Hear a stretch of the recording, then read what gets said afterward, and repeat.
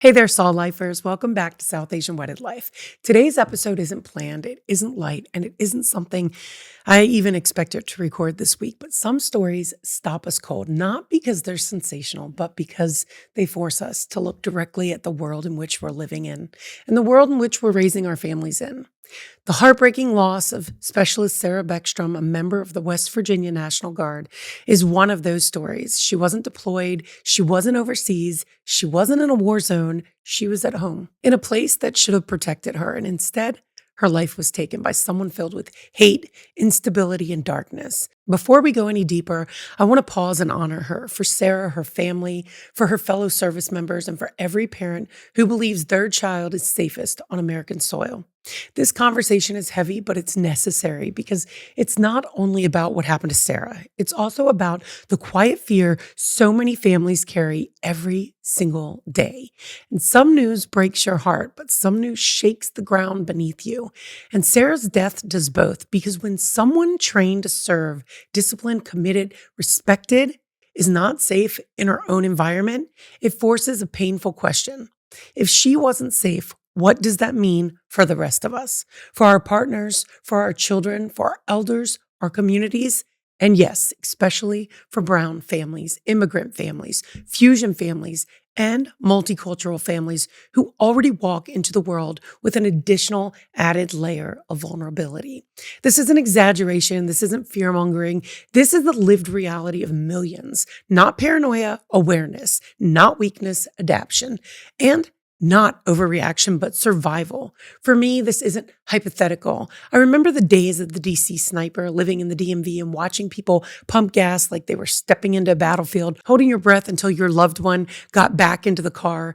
Back then, the fear didn't discriminate. Anyone could be a target. And that kind of fear, once you felt it, never fully leaves your body. And today, for far too many brown and immigrant families, that fear has a sharper, more targeted edge, because hate doesn't always strike randomly. And sometimes it looks for someone who fits the stereotype in the minds of the ignorant, which brings me to a moment that shook me as a wife. There was a morning when Srinu had stopped to pump gas, and he was wearing this pink shirt that I had picked out for him. It was warm and bright, and he looked so handsome. But the moment he stepped out of the car, I saw something in him shift. That tightening, that subtle caution, that silent prayer, please let today be okay. And then it wasn't. A man across the pump, rough, gruff, on a motorcycle, hurled hateful, derogatory comments at him. No provocation, no interaction, just hate. His skin, his accent, his presence. And as a spouse, there is nothing more painful than watching the world treat the person you love as something less than a human. That moment wasn't an incident. It was a reminder of a world so many families walk into every single day. And I want to say something gently, honestly, and with full awareness of its sensitivity. The man who took Sarah's life was Afghani. He was brown. And even though his actions define him alone, we all know what tends to happen in America when a crime is committed by someone who looks a certain way.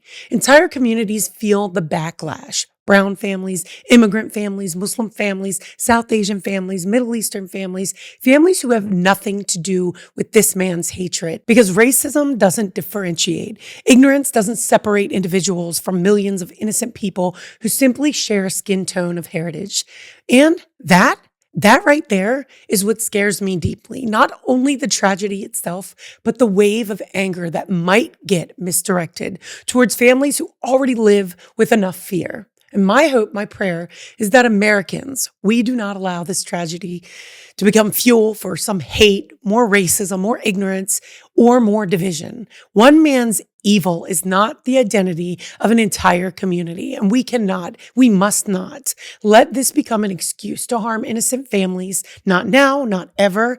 And this is why Sarah's story hits so deeply for South Asian and brown families across America, because when violence comes from someone who looks like them, they know the world doesn't judge the perpetrator. It judges them. It judges their husbands, their sons, their fathers, their children, their communities, and the fear of being misjudged, mislabeled, stereotyped, or targeted for someone else's crime becomes its own silent burden. And I want to be transparent about my own background. I'm not South Asian, but even before I married into the South Asian community, I had heard comments growing up about race, accents, and culture.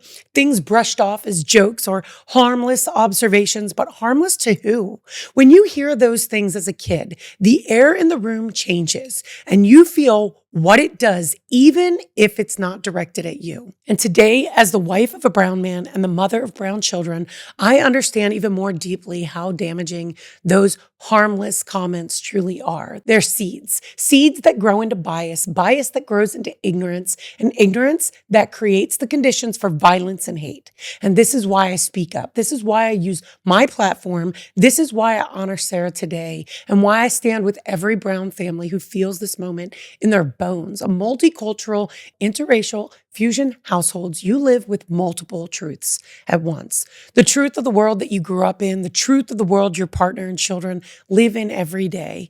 And you love across cultures. You raise children who bridge identities, and you exist in a space where beauty and vulnerability coexist. So when hate rises, you feel it from all sides, not just as American, not just as a partner, not just as a parent, but as someone whose family is woven together from different cultures, backgrounds, and worlds. And tragedies like Sarah's force difficult conversations in our homes. We want to raise children who love their skin, love their identity, love their culture, and love their heritage. But we also have to teach them to be aware, be cautious, be wise, call us, just come home safe. It's a painful contradiction to be proud of who you are, but also please protect yourself. This is the emotional push-pull that immigrant and multicultural families know all too well. And if there's one thing specialist Sarah Beckstrom's story calls us to remember, it's this: compassion must be louder than fear. Humanity must be stronger than hate, and silence is not an option. We honor her by demanding better from institutions, better from leaders, better from communities, and better from each other, from ourselves. We have no room left for racism, impatience, cruelty, or the us versus them mentality. We need more patience, grace, understanding, acceptance, and accountability, and the willingness to see one another fully, because America belongs to all of us, every family, every culture, every accent, every skin tone, and every child. If your heart feels heavy right now, I can promise you that you are not alone. These are the episodes that linger, the ones that remind us why community matters. Today, we honor specialist Sarah Beckstrom. We hold her family in our hearts, and we let her story guide us towards clarity, compassion, accountability, and the courage to be better humans. And to every South Asian family, every brown family, every immigrant family out there, every fusion family, your feelings are valid, your fear is understood, and your presence is powerful. Your love is resilient. And thank you for holding this space with me today. Thank you for honoring Sarah, and thank you for choosing humanity when the world so desperately needs it. Until next time, I hope you guys stay aware, stay compassionate, stay connected, and stay close.